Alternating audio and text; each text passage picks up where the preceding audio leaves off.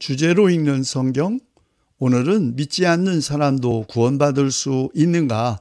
라는 주제를 생각해 보려고 합니다. 예수 그리스도를 믿지 않는 사람도 구원받을 수 있는가? 이 질문에 받을 수 없다 주장하는 사람들이 근거로 제시하는 성경 말씀은 첫 번째로 요한복음서 14장 6절입니다. 나는 길이요 진리요 생명이다. 나를 거치지 않고서는 아무도 아버지께로 갈 사람이 없다. 그리고 흔히 사도행전 4장 12절을 제시합니다. 이 예수밖에는 다른 아무에게도 구원은 없습니다. 사람들에게 주신 이름 가운데 우리가 의지하여 구원을 얻어야 할 이름은 하늘 아래 이 이름밖에 다른 이름이 없습니다. 아마도 이 두 말씀이 가장 전형적인 성경적 전거일 것입니다. 그러나 이 말씀의 본래의 의미를 이해하기 위해서는 우리는 이 말씀이 말해진 콘텍스트를 살펴보아야 합니다.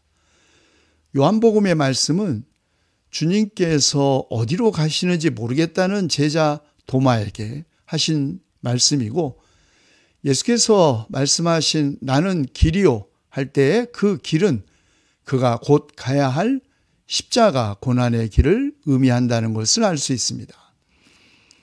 그러므로 요한복음의 이 말씀 나는 곧 길이요 진리요 생명이니 이 나를 통하지 않고서는 아버지에게 이를 수 없다는 이 말씀은 기독교적 구원의 배타성의 전거가 아니라 고난을 통하지 않고서는 곧 십자가의 길을 가지 않고서는 아버지께 갈 사람이 없다는 제자직의 선언인 것입니다. 또 다른 성경 사도행전의 말씀은 베드로와 요한이 병자들을 고쳐준 후에 유대 지도자들과 장로들과 율법학자들과 대제사장들 앞에서 한 증언이라는 점을 주목해야 합니다. 사도행전 4장 12절의 말씀은 바로 그 직전에 베드로와 요한이 이 사람이 성한 몸으로 여러분 앞에 서게 된 것은 여러분이 십자가에 못 박아 죽였으나 하나님이 죽은 사람들 가운데서 살리신 나사렛 예수 그리스도의 이름을 힘입어 된 것입니다. 라고 말함으로써 치유 사건 이후에 일어난 증언이라는 것입니다. 베드로와 요한이 다른 종교들과 기독교를 비교하여 말한 것이 아닙니다. 예수님의 제자들이 당시에 불교나 다른 종교 혹은 또 이슬람 같은 종교, 생기지도 않은 종교를 알고 있었을 리 없습니다. 베드로의 이 증언은 과연 누가 메시아인지에 대한 유대교 지도자들과의 논쟁 과정에서 한 말임을 기억할 필요가 있습니다. 베드로에 의하면 십자가에서 고통받으신 주님만이, 다시 말해 고통받은 주님만이 고통받는 사람을 치유할 수 있고 고난받은 그리스도만이 고난받는 인간을 구원하실 수 있다는 의미에서 그런 말을 한 것입니다. 게다가 우리는 모든 믿는 사람이라고 해서 그들이 다 구원을 보장받은 것은 아니라는 말씀도 성경에 있다는 것을 알고 있습니다. 마태복음 7장 21절에 의하면 나더러 주님 주님 하는 사람이라고 해서 다 하늘나라에 들어가는 것이 아니다. 하늘에 계신 내 아버지의 뜻을 행하는 사람이라야 들어간다고 함으로써 종교의 유무, 신앙생활의 유무가 아니라 오직 아버지의 뜻을 행하는 것이 하늘나라에 들어가는 조건임을 말합니다. 사도 바울은 두 가지 기준을 제시합니다. 유대인에게는 율법이 기준이었다면 이방인에게는 양심이 그 기준이라는 것입니다. 로마서 2장 6절부터 15절까지의 말씀입니다. 하나님께서는 각 사람에게 그가 한 대로 갚아주실 것입니다. 참으면서 선한 일을 하여 영광과 존귀와 불멸의 것을 구하는 사람에게는 영원한 생명을 주시고 이기심에 사로잡혀서 진리를 거스르고 불의를 따르는 사람에게는 진노와 분노를 쏟으실 것입니다.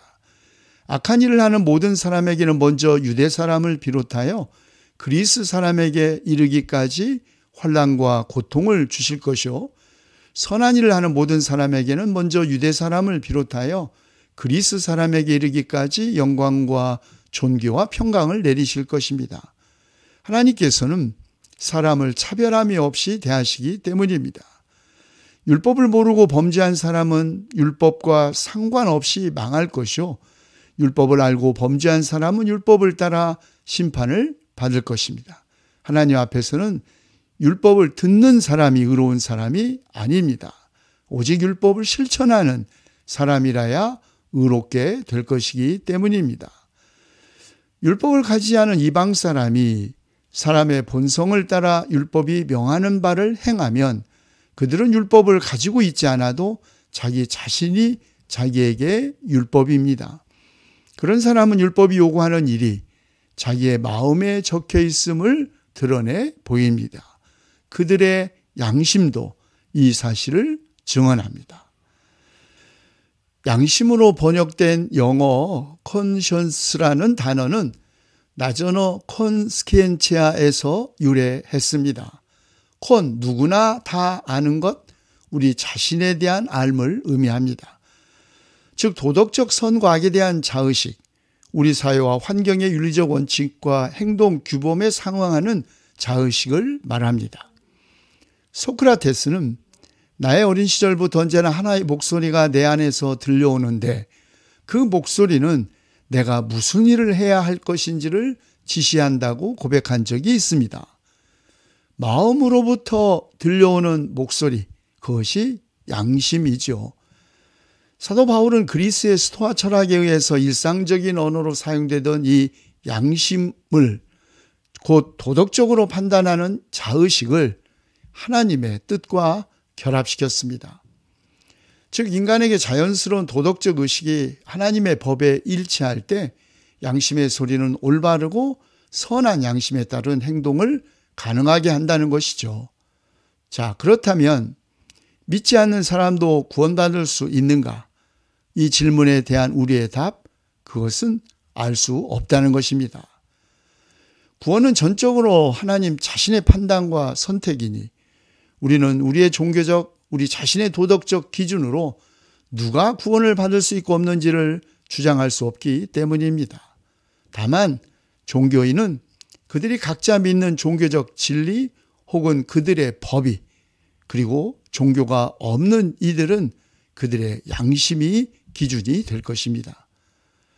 그러나 모든 사람이 하나님의 구원을 보게 될 것이라는 예언자 이사야의 선포와 또 하나님께서는 모든 사람이 다 구원을 얻고 진리를 알게 되기를 원하신다는 사도 바울의 증언을 진지하게 받아들이는 그리스도인은 다른 종교, 다른 신앙을 가진 이들을 심판할 수 없습니다.